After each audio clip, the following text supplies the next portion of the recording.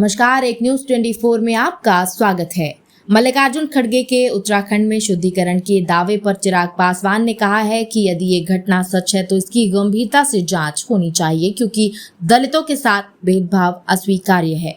कांग्रेस अध्यक्ष और राज्यसभा में विपक्ष के नेता मल्लिकार्जुन खड़गे के उत्तराखंड में शुद्धिकरण के दावे ने राजनीतिक बहस तेज कर दी है। खड़गे ने आरोप लगाया था कि उनके दलित होने की वजह से उनके कार्यक्रम के बाद रामलीला मैदान का शुद्धिकरण कराया गया। केंद्रीय मंत्री चिराग पासवान ने इस मामले पर प्रतिक्रिया देते हुए कहा है कि उन्हें व्यक्तिगत तौर पर घटना की पुष्टि नहीं है, लेकिन अगर खड़गे जैसे वरिष्ठ नेता ने सदन में चिंता जताई है तो इसे गंभीरता से लिया जाना चाहिए। चिराग पासवान ने कहा कि देश की सबसे बड़ी पार्टी के राष्ट्रीय अध्यक्ष और विपक्ष के नेता ने अगर किसी घटना को लेकर चिंता जाहिर की है तो ये निश्चित तौर पर चिंता का विषय है। उन्होंने कहा कि आज भी दलितों के साथ भेदभाव के उदाहरण सामने आते रहते हैं। उन्होंने सामाजिक भेदभाव की घटनाओं का जिक्र करते हुए कहा कि कई जगह दलित युवाओं को घोड़ी पर चढ़ने और बारात निकालने से भी रोका जाता है। मंदिर में प्रवेश के बाद मंदिर परिसर को धुलवाने जैसी घटनाएं भी सामने आती रहती हैं।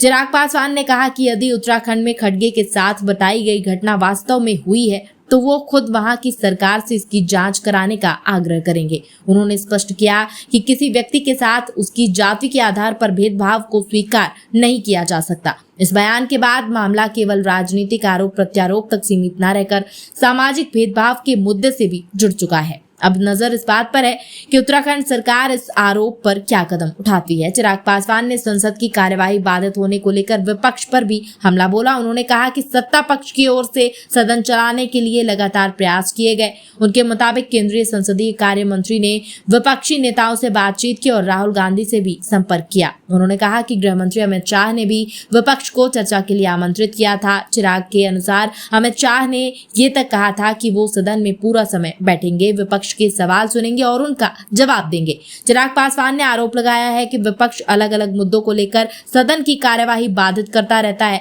उन्होंने कहा कि कभी छात्रों का मुद्दा, कभी राम मंदिर, कभी प्रधानमंत्री से माफी की मांग और कभी गृह मंत्री के इस्तीफे की मांग उठाई गई। उन्होंने दावा किया कि विपक्ष ने पहले से तय कर लिया था कि सदन को चलने नहीं देना है। चिराग ने कहा कि अगर विपक्ष को गृह मंत्री अमित शाह से शिकायत थी और वो उनसे जवाब चाहता था तो चर्चा करके उसका पक्ष सुनना चाहिए था। एलजेपी रामविलास के सांसद अरुण भारती ने भी मल्लिकार्जुन खड़गे के बयान पर प्रतिक्रिया दी।